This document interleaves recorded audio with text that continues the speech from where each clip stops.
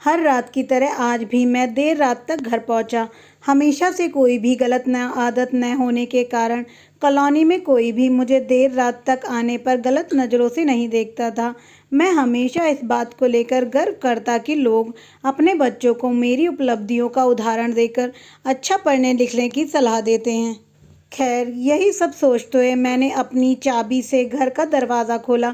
हालांकि मुझे पता था जब तक मैं घर नहीं पहुंचता तब तक दीप्ति को नींद नहीं आती थी, पर मैं अपने 5 साल के बेटे चिंटू को नींद से नहीं जगाना चाहता था।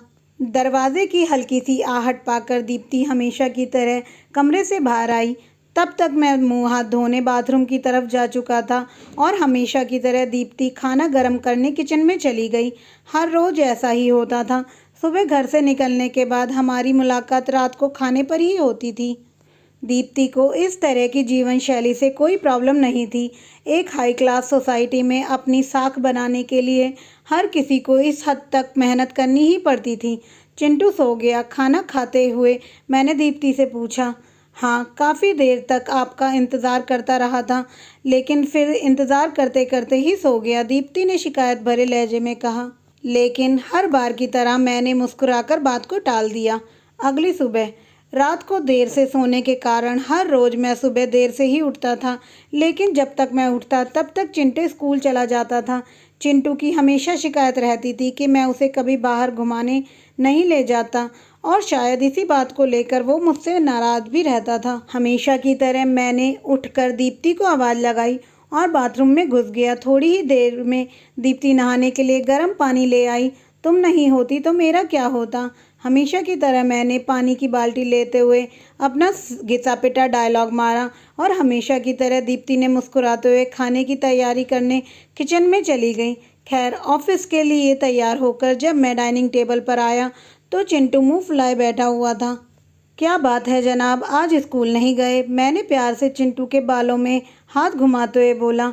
आज संडे है, चिंटू ने गुस्से भरी आवाज़ में कहा।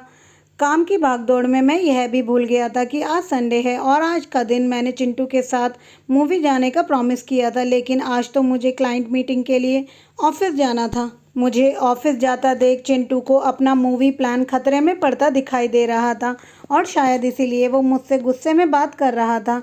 पापा, आप 1 घंटे में कितने पैसे कमा लेते हो? अचानक चिंटू ने पूछा। चिंटू ने पहले कभी इस तरह के रवैये से मुझसे बात नहीं की थी।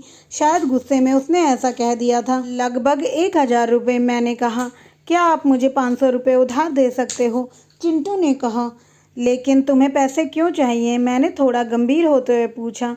मुझे चाहिए, चिंटू ने बनावटी मुंह बनाते हुए कहा। खैर, मैंने चिंटू को 500 रुपये दे दिए। चिंटू उठा और अंदर से अपनी गुल्लक ले आया। चिंटू ने अपनी गुल्लक से 500 रुपये निकाल कर 1000 रुपये मेरे हाथ में रखते हुए कहा, क्या आप कल मुझे आपका 1 घंटा दे सकते हो? मुझे आपके साथ बैठकर खाना खाना है। बहुत बिगाड़ रखा है तुम्हारी मम्मी ने तुम्हें। चिंटू की इस हरकत पर मैंने गुस्से से चिंटू को एक थप्पड़ लगाते हुए कहा। आज ऑफिस जाते हुए मेरे मन में बस यही सोच रहा था कि इस भागदौड़ भरी ज़िंदगी में क्या सब कुछ खरीदा जा सकता है। हालांकि मैं भी तो चिंटू को यही सिखा रहा था।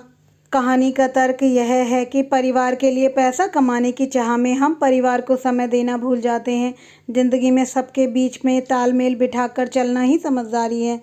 अगर आपको हमारी ये कहानी पसंद आई हो तो हमारे वीडियो को लाइक और चैनल को सब्सक्राइब करें। हमारी वीडियो को यहाँ तक पूरा सुनने के लिए आपका बहुत बहुत धन्यवाद।